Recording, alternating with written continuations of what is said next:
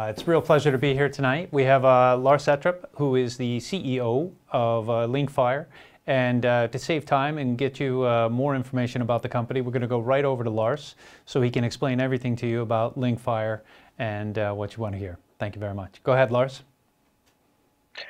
Thanks a lot. Thanks for having me. Yes, I'm Lars. I'm the CEO of Linkfire. I'm going to jump straight into the presentation and then hopefully answer some questions afterwards. So we have to jump a little bit into a different vertical that we previously have been talking about. So we're in entertainment and music.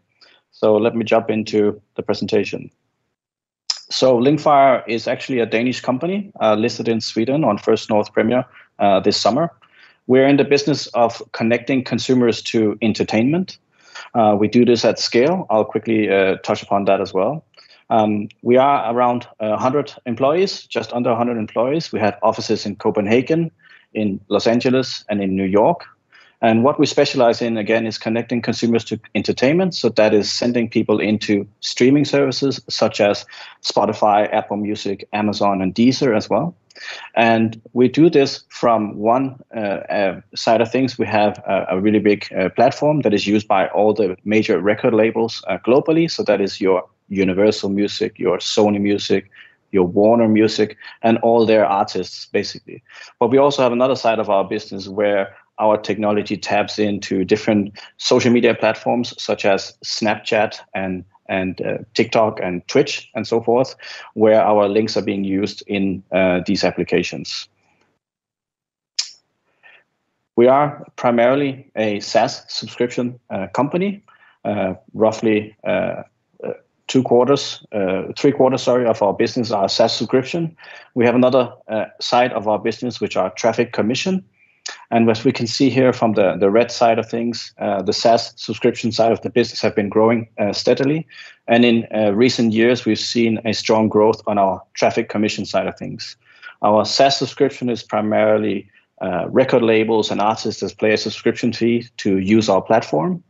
And the commission is typically affiliate commission whenever we help drive some sort of value transaction to a streaming service. So that could be a new user acquisition or a purchase or a download of a song, basically. You can see out on the right-hand side that our latest financials, our quarterly report from 21, is that we're growing our SaaS subscription at a steadily pace, and our traffic commission continues to grow at a really, really fast pace.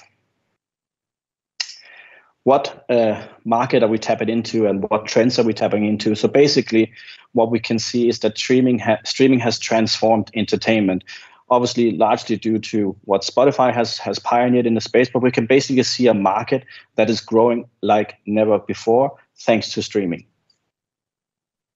We can also see that supply is at the moment at an all-time high. So right now, there is nearly a new song or new track uploaded to services like Spotify every second. So there's a greater supply of content than there has ever been before.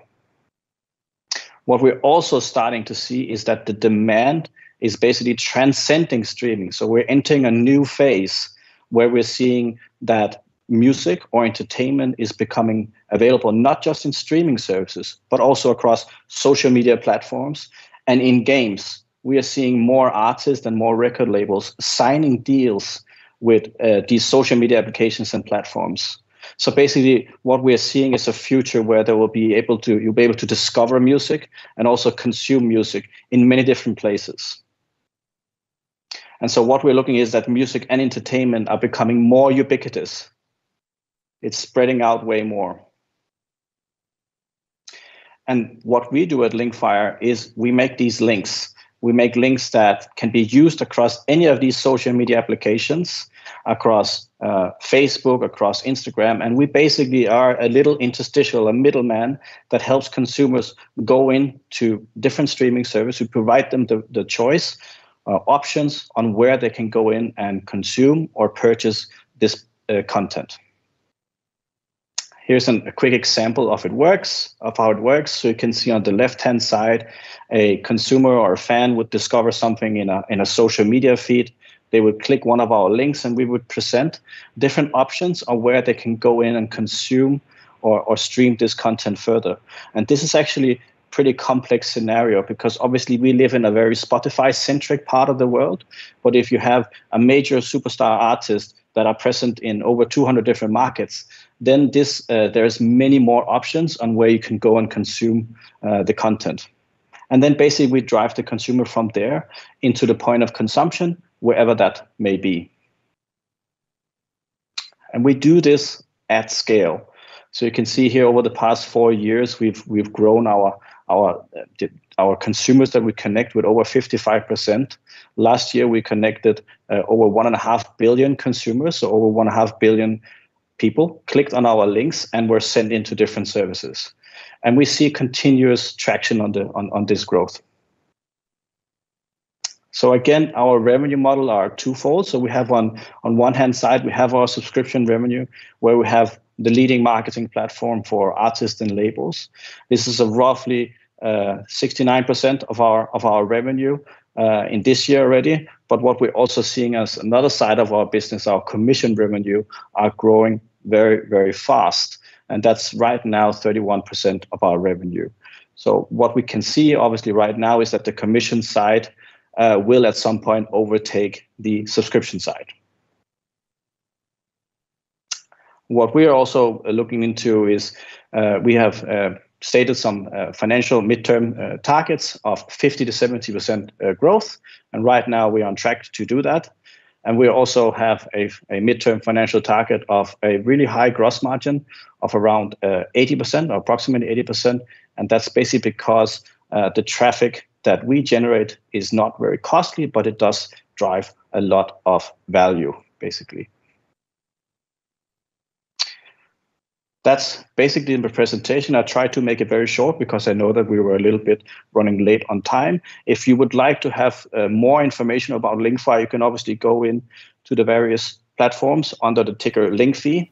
You can obviously also read more on investors.linkfire.com, or you can feel free to contact me directly or send an email to investors@linkfire.com. Thanks a lot. Thank you for a fantastic presentation, Lars. But before we let you go, a couple quick questions. Even though you gave us a great presentation and we got a nice overview, what's the best reason to invest now? So the reason to invest is, first of all, Linkfire, we're operating in the entertainment market, which are in tremendous growth.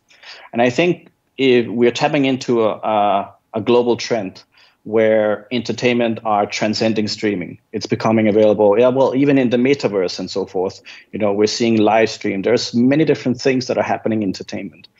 And if you believe in that evolution, and if you believe that you could say that the streaming services that are today are not the only point where consumers would discover and consume content, then I think Linkfire is a pretty good investment. We are the middleman in that space, and we will help connect the next billions of consumers into various different services. And we could also say that we have a really strong position in the market. We work with all the big artists, all the big record labels, and we've been doing that for quite some time now. And lastly, you could also say that entertainment has also proven music had proven quite resilient to the pandemic that we're in right now. When were hit with the first wave of COVID, our traffic increased significantly because people were consuming more entertainment and so forth. So I think it's really an interesting time. Okay, that was really good. Thank you. And then, but if it's such a rich field and we're seeing this paradigm shift, can you talk a little bit about the competition? Yes, sure. So obviously we're not the only ones that are sending fans or people into streaming services. That's, search engines, all kinds of other social media platforms as well. But it's also a gigantic market. I mean, teenagers, consumers, people like us, we click on things every day. And so really what we've seen is only the tip of the iceberg. For us to connect over 1 billion consumers, there's pretty much a really, really endless market there. On the marketing platform side of things, I mean, recently, last month, we acquired one of our competitors. We only have a small 1 or 2 competitors left in this space. So we are really how you can say, market leading within our segment, where we are servicing the big record labels. So we don't see that much competition on the marketing platform side of things, but in the bigger scheme of things, driving traffic into streaming services, it's pretty much anyone. There's not a winner takes all market, but it's also a pretty big market. Okay, so that's good. We have a very fertile market, and you're consuming the competition. So why bring this product to Stockholm? Why list in Stockholm? So first of all, I mean, we're obviously a Danish registered company, but we're pretty international by default. We're 25 different nationalities. We have offices all over the world. We can see that the First North market in Stockholm is way more liquid than the Danish market, is more mature. And so obviously that made it very more interesting for us. Stockholm obviously have a history of great entertainment, or Sweden has a history of great entertainment companies, you know, Spotify and so on. So we felt that it was very natural for us to list in Sweden rather than in Denmark. Well, I couldn't agree with you more. And thank you very much for an excellent presentation. And we look forward to seeing you some more. Thank you, Lars. Thanks a lot.